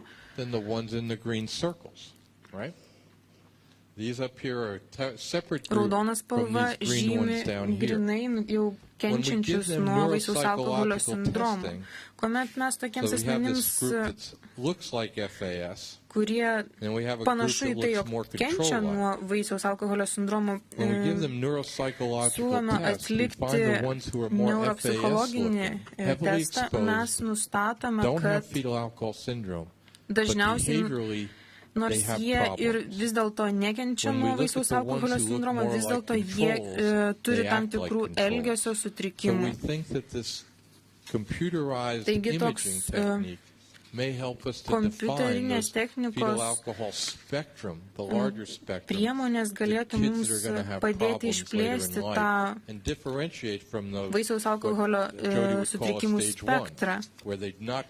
Ir būtų galima tokiu atveju suskirstyti asmenys į konkrečias stadijas, kurias minėjo Džaudis, būtent tų sutrikimų stadijas. Manau, tai būtų naudingos priemonės tyriant šios sutrikimus. Ir pabaigai galėčiau pasakyti, kad mes kalbame apie vaisiaus alkoholio sindromą ir buvo paskaičiuota, kad yra 771 atvejais iš 1000, kuomet yra nustatomas vaisiaus alkoholio sindromas. Iš esmės, kuomet kalbame apie kovą su šiuo sindromu, tai reikėtų galvoti, aišku, visų pirma apie vaiką, bet taip pat ir apie motiną, taip pat apie institucijas teikiančias paramą motinai, tam, kad ji nepagimdytų tokio vaiko, kuris kentėtų nuo vaisiaus alkoholio spektro sutrikimų. Juk jau buvo pasakyta, niekas nenori kenkti savo vaikui, taigi tikrai turėtume imtis visų įmanomų priemonių, kad užkirstume kelią šiems sutrikimams. Norėčiau padėkoti visiems savo artimiesiems, savo studentams ir visiems, kurie prisidėjo prie mano darbo. Ačiū uždėmesi. Dėkojame daktarui Riley We thank Dr. Riley for the most interesting presentation. Kadangi mes palėtėme kaip ir klinikinio poveikio, alkoholio klinikinio poveikio veidui, smegenims ir elgesiui problematiką, tai dabar atėjo laikas, kaipgi vis dėlto atsakyti į klausimas, kaipgi vis dėlto auginti, kaip elgtis su vaikais, kurie jau gimė būtent turint vaisiaus alkoholinį sindromą. Taigi prašome daktarę Diane Black, Europos vaisiaus alkoholio spektro sutrikimo alijanso pirmininkė.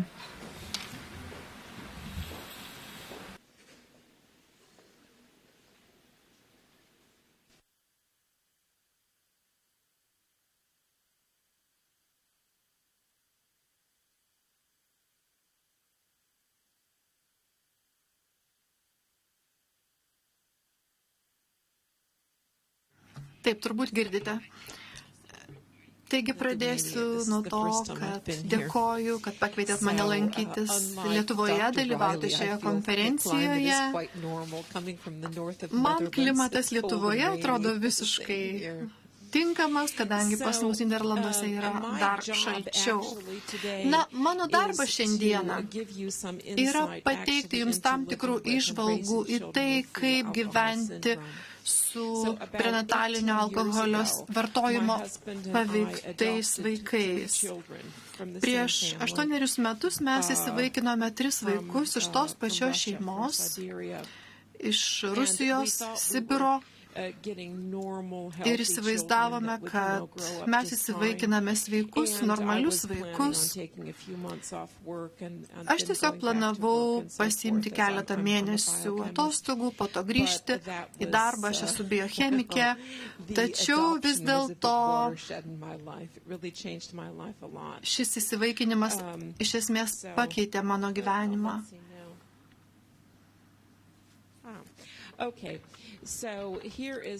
Taigi, štai mano vyras su dvynukais, kuriems turbūt apie 2 metai. Tai tipiškas paveikslas mūsų gyvenime. Mažasis berniukas arba verkia, arba graužia savo nykštį, arba tiesiog juokiasi, krizena, žiūrėdamas į lubas, visiškai nežiūrėdamas į kitus žmonės. Tarp mūsų nėra jokio akių kontakto. O čia sesutė, kuri pradėjo žiūrėti mums į akis, kuri prisirišo prie mūsų, skirtingai nuo jos broliuko. Kaip matote, jį jau su akiniais. Jos akys labai žvairavo ir tai priminė man, ką kalbėjo daktaras Riley. Iš tikrųjų, jos panosė buvo labai ištesta, dėl to iš tikrųjų kilo tam tikrų problemų uždėti akinukus. Štai yra vyresnysis broliukas, kuriam, kai įsivaikinome, buvo 3 metai. Ir manau, kad jūs galite iš tikrųjų susidaryti vaizdą, kaip jis gyvena. Jis gali praleisti 3 valandas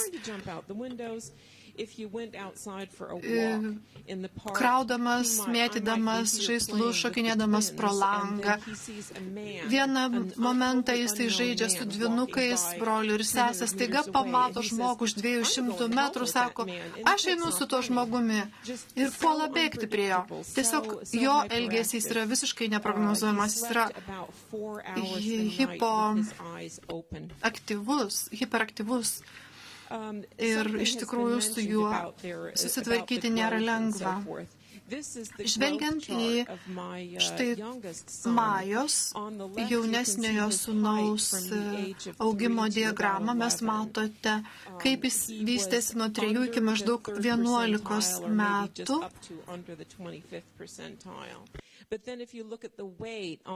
Pasižiūrėjus į kairę pusę, matome, kad jo augimas gerokai atsilieka nuo normalaus vaiko augimo. Keletas žmonių mums buvo minėję apie tai, kad šie vaikai gali turėti problemų su socialiniais kontaktais. Mes, kaip tėvai, dabar galime pasakyti, kad šie vaikai yra atsilikę maždaug 50% nuo savo bendramžių vystimosi lygio. Tai pasireiškia mokykloje, pasireiškia žaidžiant su bendramžiais. Mano vaikai yra labai prisirišę prie gyvūnų. Čia matote, jiems yra 9, mergaitė turi savo ponį, kuriuo jodinėja keletą kartų per savaitę, o berniukas turi šuniuką, kurį dėja teko užmigdyti prieš keletą savaičių. Mes kalbame apie aktyvumą. Visą laiką bėgiojimas, visą laiką šokinėjimas. Mes gyvename mažame kaimelėje, kuriame yra daug vietos vaikams ir aš iš tikrųjų leidau jam daryti, ką jis tik nori mūsų sode, mūsų kieme. Ir tai jam, aišku, labai patinka. Žaidžia futbolą. Šiame paveikslėlėje matote, kokie kūdi yra vaikai, nepaisant to, kad jie valgo visai neblogai. Toliau, kaip daktaras Raulė minėjo,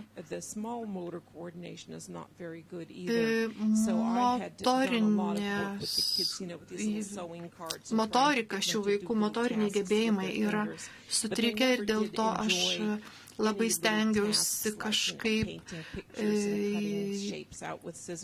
paskatinti jų vystymąsi šioje srityje, tačiau tokie užsiėmimai kaip šis jiems nėra labai malonus. Čia yra mūsų visos šeimos nuotrauka, mes stengiamės įtraukti vaikus į aktyvę fizinę veiklą, štai čia mes slidinėjame Prancūzijoje. Čia mes esame Egipte, mano dukra joja ant kupranugario nugaros, sūnus nardo. Iš tikrųjų, iš dalies yra smagu, nes šie vaikai nieko nebijo. Jie neturi savisaugos instinkto ir dėl to nebijo bandyti naujų dalykų, kurie kartais gali būti pavojingi. Jie yra linkę ieškoti ypatingai stiprių potyrių. Nebijodami visiškai nieko. Ir aš nusprendžiau išbandyti štai šią muziką. Minutėlę.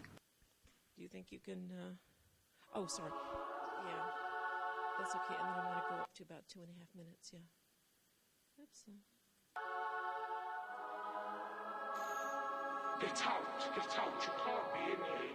You have to get out. I implore you, please. Yeah, I'm gonna go up to 2. We can do it. however you wanna do. Nigga, if you don't fuck with me, I'll fuck with you. Gon' head, kill yourself, kill yourself, kill yourself. Gon' kill yourself, kill yourself, kill yourself. If I was you, I wouldn't feel myself. Girdėjote šią muziką, kurioje sakoma nusižudyk, aš nusižudysiu. Mano vyriausiasis, kuriam apie 12 metų, buvo 12 metų, klausėsi šios muzikos ir kai aš jo paklausiu, kodėl jis jos klauso, kadangi jeigu aš pasakyčiau nusižudyk, jie apie mane praneštų socialiniams tarnyboms, tačiau mano sūnui labai patiko. Ši muzika susijusi su mirtimi, pavojais, ginklais. Rusiška ruletė buvo jo mėgstamiausias kompiuterinis žaidimas. Ir štai matote nuotrauką apačioje, dešinėje. It was a fad for a while in the Netherlands. So my son broke into the neighbor's shed. Mano sūnui vėlgi pasirodė labai įdomi. Mano sūnus po to nusprendė pavogti gesintuvą iš kaimyninio namo, nuėjo į parką ir ten pabandė išbandyti.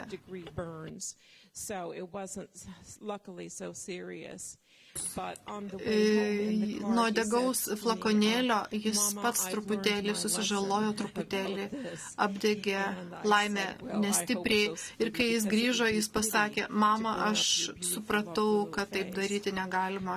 Tai man buvo pamoka. Aš pasakiau, tikiuosi, sūnelį. Ir po keleto dienų sūnus pasakė man, mama, aš dabar žinau, kaip padaryti bombą. Ir tai iš tikrųjų jau nebuvo juokinga.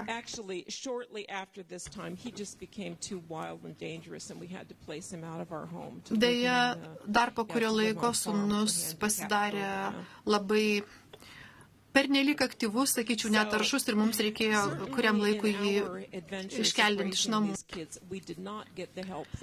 Ką noriu pasakyti, kalbėdama apie šios vaikus, iš tikrųjų mes negavome reikiamos pagalbos, kurios mums reikėjo. Nei gydytojai, nei psichologai net pažino prenatalinio alkoholio vartojimo poveikio mūsų vaikuose arba vaisiaus alkoholio sindromo. Kas padėjo, tai pirmiausia noriu padėkoti savo vyrui, kuris nepaprastai padeda auginant vaikus. Mes turime draugų, kurie mus remia, kurie pataria, užjaučia. Ir turbūt pats naudingiausias dalykas tai buvo susirašinėjimas su kitų tėvų, auginančių vaisiaus alkoholio spektro sutrikimų turinčius vaikus elektroniniu paštu. Ką tėvai turi žinoti, yra ne tai, kad vaikas nesielgs gražiai, gerai, o tai, kad jis negalės elgtis gražiai, kadangi šiems vaikams būtina priežiūra 24 valandas per dieną, 7 dienas per savaitę ir tai iš tikrųjų labai vargina. Ir remiantis daktarė Streisand žodžiais, kuri pasakė, kad auginant tokius vaikus svarbiausias dalykas yra struktūra. Ir tai yra teisybė. Šitie vaikai dažnai patenka į bėdą dėl to, kad jie yra linkę vagiliauti. Labai dažnai jie grįžta namo parsineždami svetimų daiktų. Jie negalvoja apie pasekmes. Jie nelabai skiria, nesupranta, kas yra mano, kas yra tavo. Jie tiesiog galvoja, man to reikia, tau to nereikia. Ir paprastai jie nejaučia nei kaltės, nei gėdos jausmo. Labai panašu yra ir su melavimu. Jie paprastai negalvoja apie melo pasiekmes, labai dažnai jų atmintis yra gan trumpa ir jie neprisimena, netgi kur jie buvo po mokyklos, kai jie pareina vėlai ir aš jų klausiu, kurgi tu buvai taip ilgai. Kartais jie išgalvoja istorijas, mano draugas nukrito nuo laipto, aš turėjau jį nuvežti į ligoninę, dar kažką. Tiesiog, kad aš nustočiau klausinėti, jie sugalvoja visokiausių įmanomų istorijų. Taip pat kartais vaikai sugalvoja dalykus, kad nes tam tai įdomiai skamba. Pavyzdžiui, vaikai mokykloje kalba, aš vakar važiavau į baseiną, aš pas močiutę. Ir kai atėjo mano dukros eilė, ji pasakė, mano mama nužudė tėtį ir užkasė jį Rusiją. O tai jau iš tikrųjų problema. Ir kai atvyko policija, tėtis kaip niekur nieko sėdėjo su pabaigą krėslę ir skaitė laikraštį, o Rusą mes apskritai neturėjome.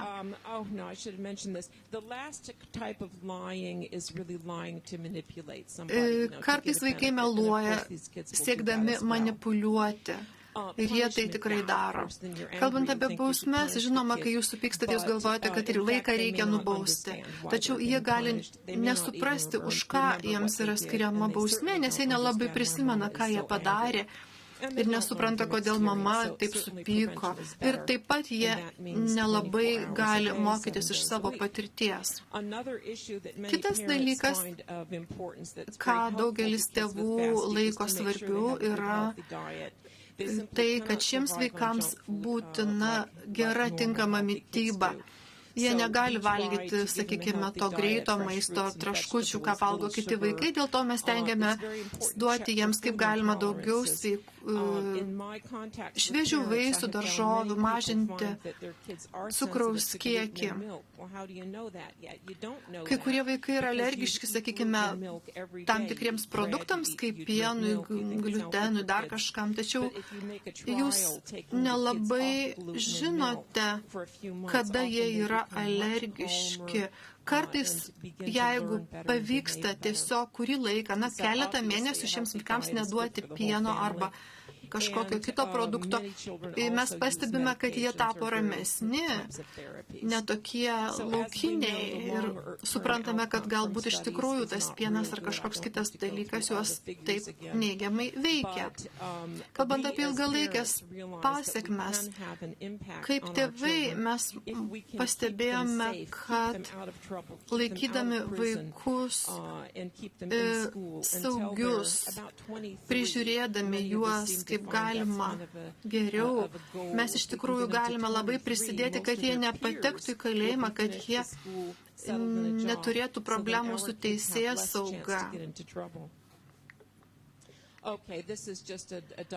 Tai tiesiog diagrama, rodanti, kad vaikai su vaisiaus alkoholio sindromu iš tikrųjų turi gauti labai įvairią pagalbą iš gydytojų, socialinių darbuotojų, mokyklos ir taip toliau.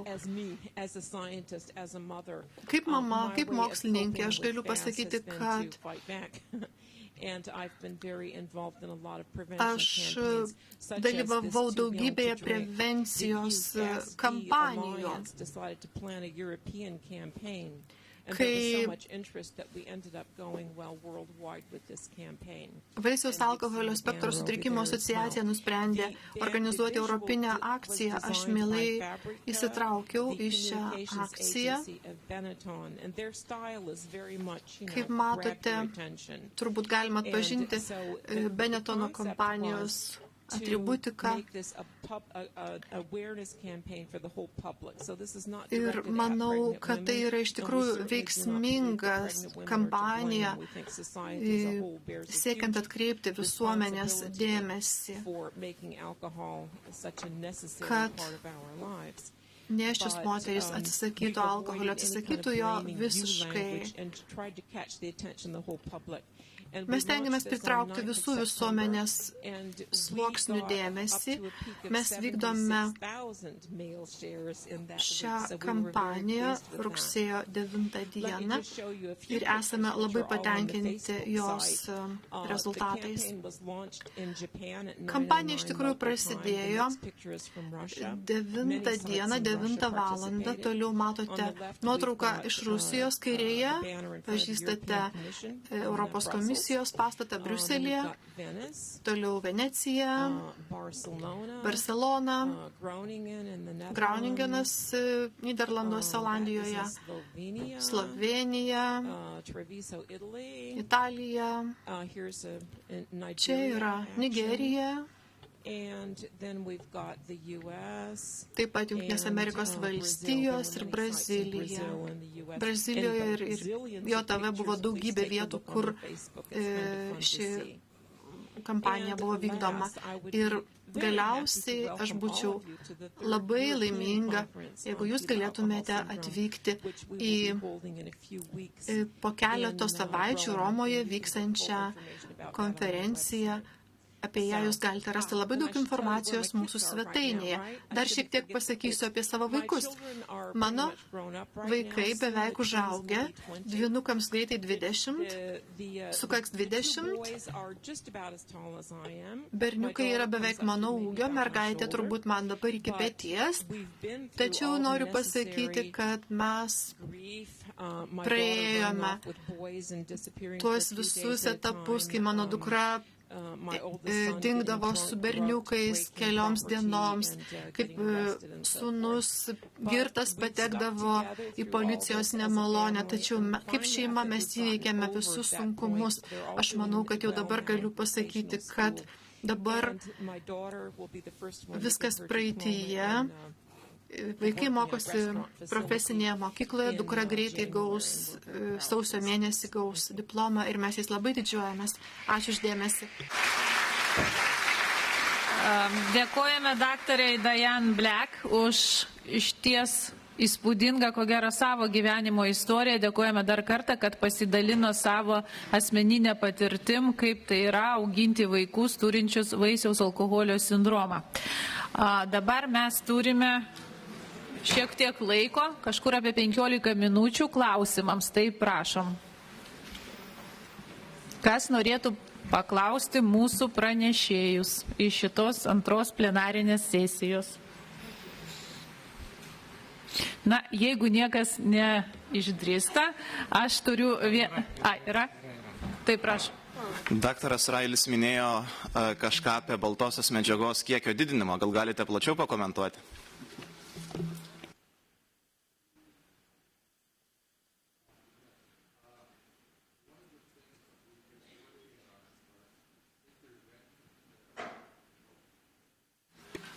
Yes. One of the things that we've been working on. Taip, vienas dalykų, prie kurio mes dirbame. Mes tikime, kad jeigu padidintume baltosios medžiagos kiekį, paskatintume geresnį informacijos perdavimą smegenyse.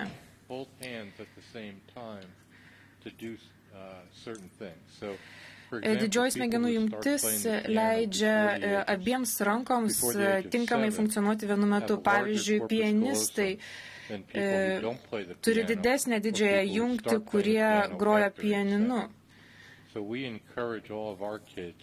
Mes skatiname mūsų vaikus tiesiog raginame, kad tėvai vaikams nupirktų pianinus ir tokiu būdu paskatintų jiems vystyti jų didžiąją smegenų jungtį. Tiesiog raginame, kad tėvai skatintų vaikus, tarkim, groti pianinu, žongliruoti, daryti kažką, kas priverstų dirbti abi rankas vienu metu. Prašom kitų klausimų. Aš turiu tada tokį, galbūt netgi ne klausimą, o prašymą daktarui Larsui Müller, kaip atstovų iš tikrųjų tos organizacijos, būtent Pasaulio sveikatos organizacijos, kurios mes rekomendacijų ir informacijų visada labai laukiame ir su nekantrumu laukiame įvairiais aspektais, kalbant ir apie alkoholį, ir apie tabako kontrolę. Tai vis dėlto Pasaulio sveikatos organizacijos nuomonė, kiek geriausiai gali būti priimti ir gyveninti žingsniai, sumažinti, ko gero, viso alkoholio vartojimo situaciją Lietuvoje, kurią mes matėme ir iš tiesų, kuri mus nedžiugina, labai liūdina. Ačiū.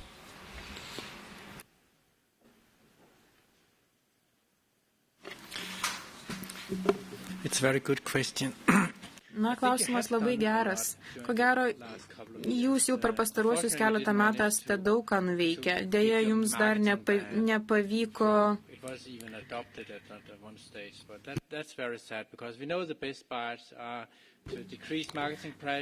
rinkos sumažinti. Aišku, svarbu sumažinti tą alkoholio paklausą, svarbu, aišku, imtis priemonių dėl alkoholio produktų kainos. Čia, aišku, būtų gal kiek sudėtingiau ką padaryti.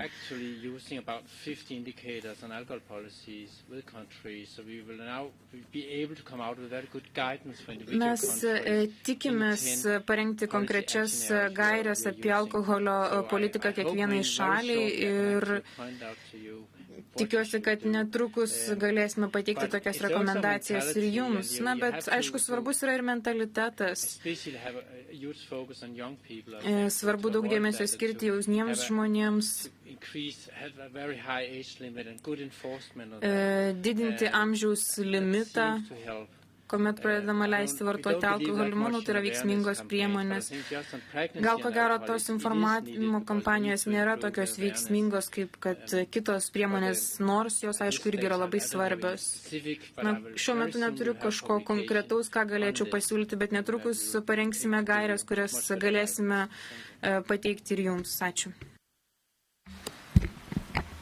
Aš taip pat turiu klausimą, nežinau, kas galėtų būti adresatas, gal Džaudi, kadangi jam daugiausiai yra tekę susidurti. Žinau, kad šitoje auditorijoje yra mokytojų. Ir jau ne vieną kartą buvo paminėti gydytojai, kad jie turi daug ką padaryti, kad anksti nustatyti, kad tinkamai dirbti su moterimis.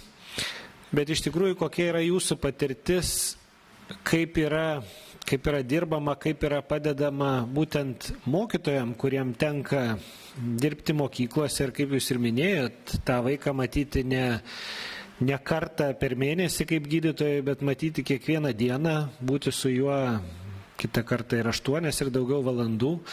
Kokia yra jūsų patirtis šitoje srityje?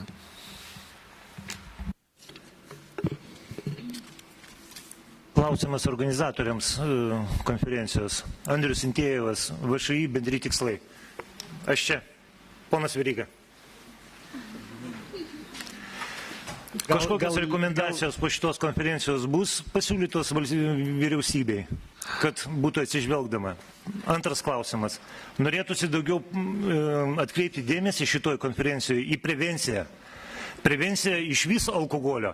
Norėtųsi, kad būtų alkoholis ir tabakas pripažinti vyriausybės mastu narkotiniam medžiagom, nuodais. Kad tai mokyklose reikia daugiau šitos preferencijos, kad būtų. Mokyklose iš vis nevedama, iš vis jokie darbai, valstybės mastu nedaromi. Reikia, kad mokytojai, dėstytojai, valstybės tarnautojai iš vis atsisakytų alkoholio ir tabako. Tai nepriimtina, kada dėstytojas rūko arba vartoja alkoholį. Paskui jisai moko savo pavyzdžių, jisai rodo savo mokiniams, kaip reikia daryti. Ką jisai gali pasakyti apie žalą alkoholio ir tabako, jeigu jisai pats vartoja šitą. Ką gali gydytojas pasakyti apie žalą tabako, jeigu tas gydytojas onkologas ir pats rūko. Kaip tai galima iš vis šitą priimti reikalą? Reikia pripažinti, kad Lietuvoje vyksta, ir ne tik tai Lietuvoje, visam pasaulyje vyksta karas. Karas alkoholinės ir tabako mafijos prieš mus, prieš žmonės. Ir kiekvienas žmogus turi pasirinkti, iš kokios pozicijos, iš kokios pusės barikados jisai stovi. Ar iš tos barikados, kur blaivininkai, kur už blaivų normalų gyvenimą, kur už mūsų ateitį ir mūsų vaikus. Mes dabar šiandien labai daug kalbėjom apie moteris.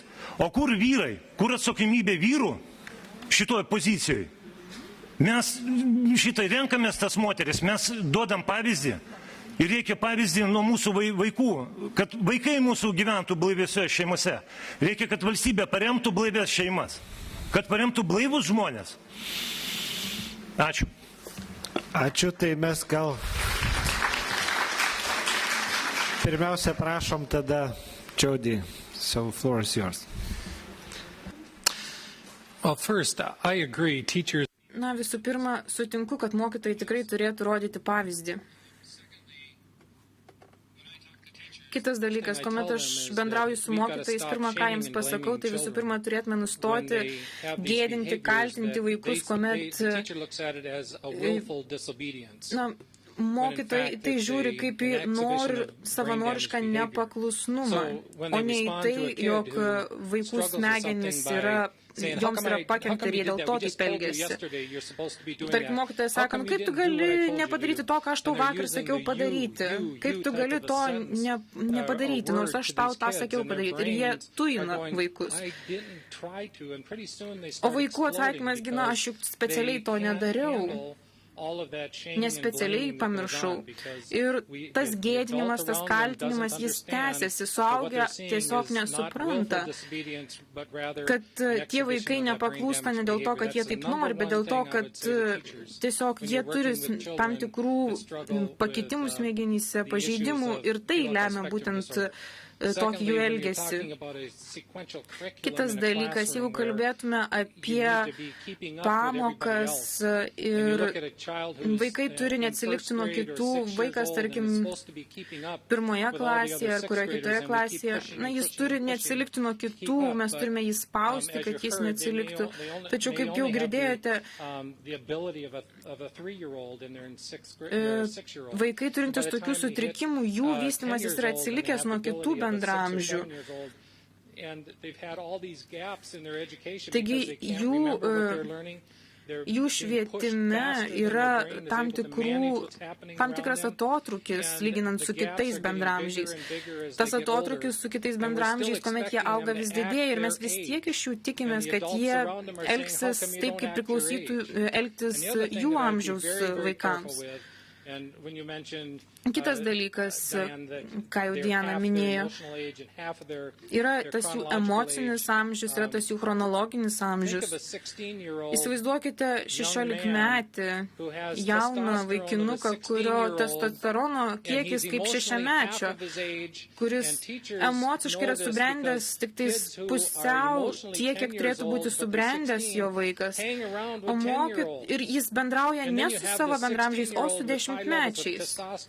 Hanging around with a 10-year-old, and then you start getting sexual perpetration because he can't manage the testosterone running through his body. Jie nesugeba suvaldyti to testosterono kiekio būtent dėl pažeistų smegenų. That sexual perpetration occurring with kids with brain damage. Tas vaikas nesugeba suvaldyti testosterono kiekio ir suaugusiai nesupranta, dėl ko taip yra. Jie tiesiog bando apriboti jį, neleisti bendrauti su jaunesniais, tarsi tai būtų negerai. Taigi tai būtų pirmas dalykas, ką būtų galima pasakyti mokytėms. Tai yra visų pirma, reikia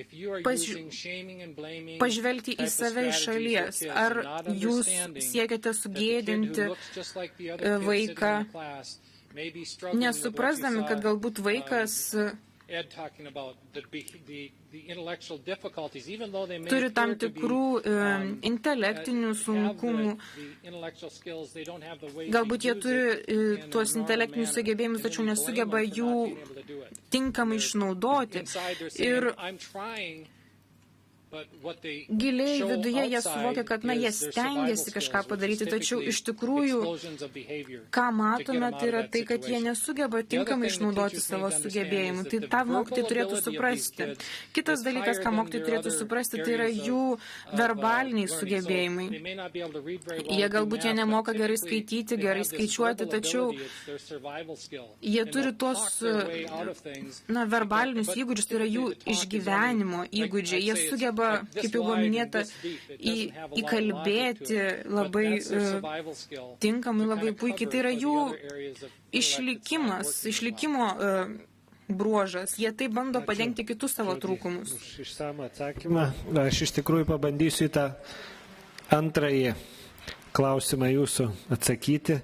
Iš tikrųjų, aš net nebejoju, kad po šitos konferencijos bus ne tik kad rekomendacijos, bet mes turėsim daug ką padaryti, kad tiek gydytojams, tiek mokytojams būtų sudaryta galimybė pirmiausia išmokti šitų dalykų, apie kuriuos mes čia kalbam.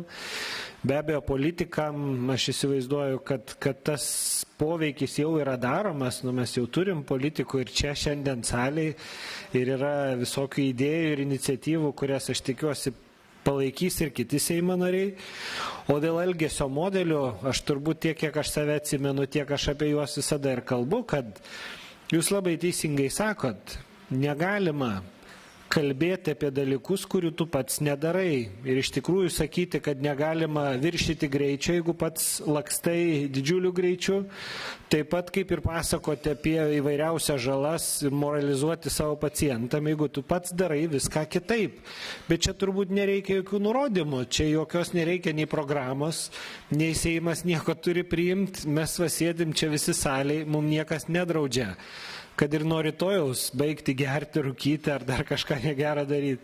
Tai yra mūsų moraliniai dalykai ir aš manau, kad jeigu mes manom, kad mes tą darbą turim, norim dirbti, tai asmeninis pavyzdys yra vienas iš pirmų dalykų, kuriuos turim rodyti.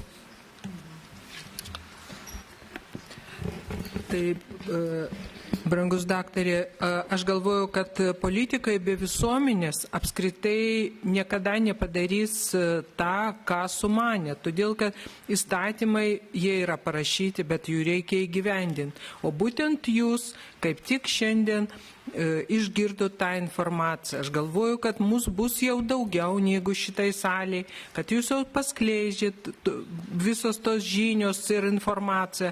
Tai kad tikrai bendrom jėgom gal tikrai mes kažkas tai padarysim. Labai liūdna ta informacija, kad Lietuva yra trečioji pasaulyje. Suprantat, atvirai kalbant, man nelabai norisi to tikėti, bet dėja, taip, tokie faktai.